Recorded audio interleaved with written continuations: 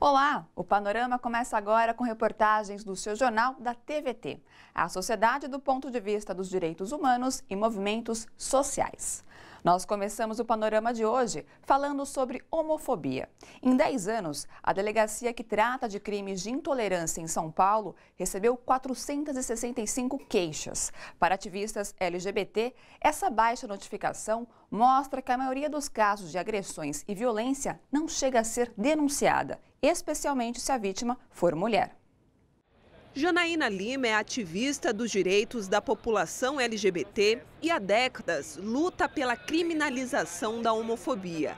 Desde que assumiu a sua identidade de gênero na adolescência, a travesti enfrenta preconceitos e obstáculos. De família nordestina e conservadora, ela saiu da casa dos pais aos 16 anos, começou a se prostituir para sobreviver e enfrentou muitas dificuldades nas ruas, como a violência. Eu fui esfaqueada e no momento em que você chega ao hospital, você sempre tem um policial de plantão, né? É lógico que isso não foi recentemente, mas quando aconteceu na época, a primeira coisa que o policial perguntou foi: o que você aprontou que o seu marido fez isso comigo? Quer dizer, eu estava sendo vítima de uma pessoa estranha e o tratamento de um agente policial que estaria ali até para me acolher naquele momento foi totalmente preconceituoso, misógino, machista. O Brasil ocupa o primeiro lugar no ranking de assassinatos de travestis e transexuais no mundo. Os números, que já são assustadores, poderiam ser piores. Os crimes de homofobia ainda são pouco notificados no país.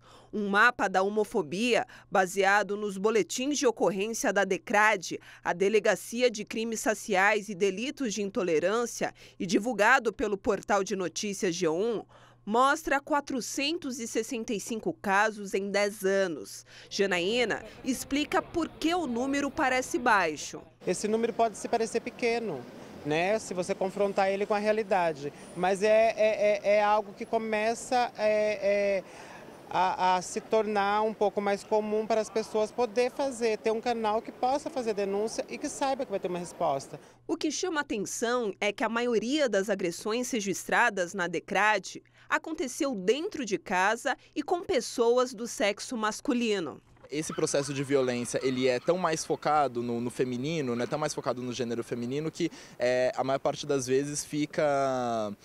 a denúncia não é algo palpável, né? A denúncia não é algo nem que chega para a pessoa, né? Porque você não consegue sair desse espaço, desse ciclo de violência, né? Para os entrevistados, ainda há muito o que fazer, a começar por tornar a homofobia crime. A delegacia especializada em delitos de intolerância, criada em 2006, cumpre um papel importante no atendimento à população LGBT vítima da homofobia. Tem alguns amigos que eles dizem que agora as bichas sabem o que gritar, né? Então é isso, na hora de uma agressão, a população LGBT já sabe o que gritar, né? Já sabe a quem recorrer. Se você tem uma lei que protege, que garante que essa pessoa não possa ser agredida pela sua identidade de gênero e sua orientação sexual, você vai ter uma diminuição nesse caso. Centenas de mulheres foram às ruas, no centro de São Paulo, protestar contra a lesbofobia, que já matou mais de 100 pessoas na capital no ano passado. Foi na 15ª edição da Caminhada de Mulheres Lésbicas e Bissexuais. Acompanhe os relatos dessas mulheres. Mulher preta, até parece que não pode errar.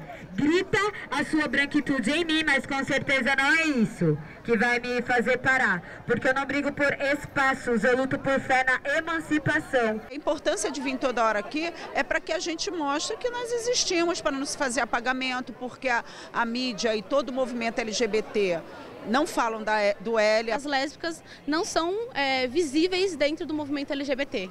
O L praticamente não existe. Até mesmo dentro de um cenário, além do político, também comercial e etc. Porque os gays, homens, eles têm até um nicho comercial, entendeu? E a gente está sempre à margem. Deixa de diz-me-diz, com eles ligam, eu sou feliz. E se a blusa aponta onda, pode pá, que eu que quis. Quando toma um enquadro, você é tratada como um homem, mesmo que você não queira ser um homem. Então são coisas que a gente precisa debater entre nós, porque quando a gente fala isso, percebe que a mana da outra quebrada, lá da Zona Leste, também passa pela mesma coisa. Uns dias atrás eu levei um quadro da PM, eu, um companheiro e uma companheira minha, né? Essa companheira, ela não performa feminilidade, no caso, né? Uma companheira mais que as meninas chamam de bofe, de butt, né? Lésbica caminhão, e esse policial tentou enquadrar a gente como se estivesse enquadrando um homem, porque ele leu aquela mulher, mesmo falando que ela era mulher, como um homem. No Rio a gente tem vagão feminino no metrô e me tiram do vagão feminino do metrô direto. Então assim, são várias questões assim, de violência que a gente vai sofrendo e que a gente vai arrumando estratégias de sobrevivência no fim das contas, sabe? Emocionalmente ligados ao dinheiro e ao medo da distância.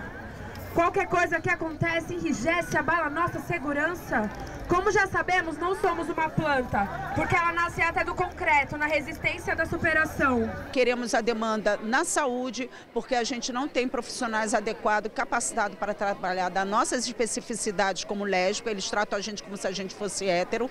A gente fala que não transa com homem, a gente fala que não usa camisinha, e eles continuam tratando, passando remédio como se ignorasse. Isso quando não encaminham a gente para algum psicólogo ou igreja, porque somos todas doentes. Então a importância da caminhada é trazer isso para a rua, as mulheres virem para a rua, entenderem que a lesbofobia mata, né? A lesbofobia existe e mata todos os dias mulheres. O ano de 2016 foi o ano que teve mais de 120 casos de lesbofobia, de morte por lesbofobia aqui no estado de São Paulo. Se não gosta da verdade, vem aqui e me mata, porque hoje eu faço questão de voltar sozinha para casa. Obrigado.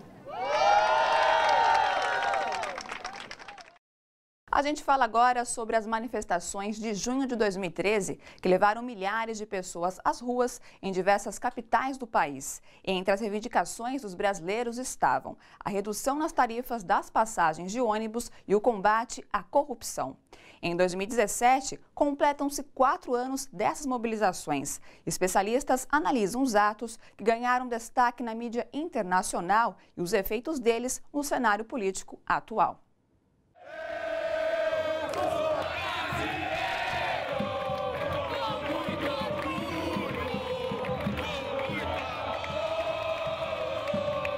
Junho de 2013. Nas ruas, os primeiros gritos que se espalharam pelo país foram contra o aumento da tarifa do transporte público.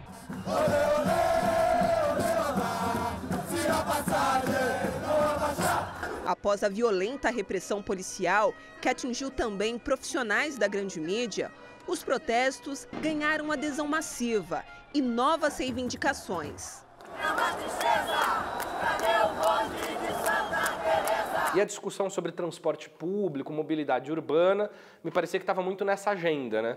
Numa agenda que a gente pode até chamar de pós-material. Né? Quer dizer, você resolver as condições materiais básicas dos indivíduos e eles começam a se preocupar com questões, com temas que vão para além dessas necessidades básicas. Você tinha a esquerda mais tradicional, então os campos mais sindicais, né? Movimentos tradicionais clássicos, partidos.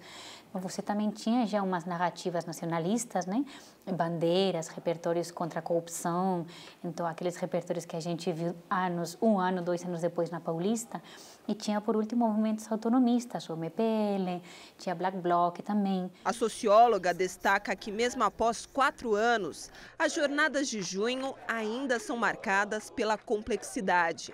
Esther Solano entende que a esquerda não compreendeu a insatisfação popular e demorou a dar respostas para a sociedade. Tinha um sentimento de frustração muito grande em junho, mas uma coisa muito plural, uma coisa meio caótica, né? Só que tinha sentimento de desilusão com o sistema, frustração, raiva até, né? A esquerda não soube responder a esse sentimento. Eu acho que faltou muita capacidade de análise, primeiro, de enxergar e entender o que estava acontecendo e dar uma resposta a isso. O cientista político considera que nas jornadas de junho, a polarização política e a negação da política ganharam força e resultaram em acontecimentos importantes que mudaram o rumo do país. Junho de 2013 está vivo até hoje, né? Junho de 2013 está aqui. Né? O processo de impeachment da presidenta Dilma me parece que tem uma conexão muito forte com o que começou lá em junho de 2013. Na realidade, com todas as metamorfoses de junho de 2013. Junho de 2013 começa com um sentido e termina com um sentido muito distinto. Para a professora Esther Solano, as jornadas de junho deixaram como legado a politização da sociedade. Previamente a junho, era difícil você encontrar tantas pessoas que foram a manifestações, que continuam indo, que falam de política. Hoje em dia todo mundo fala de política. Você vai aos lugares mais inesperados e está todo mundo conversando sobre política. No próximo bloco, você acompanha o repúdio de especialistas ao caso do adolescente torturado em São Bernardo do Campo, no ABC Paulista. O Panorama volta já.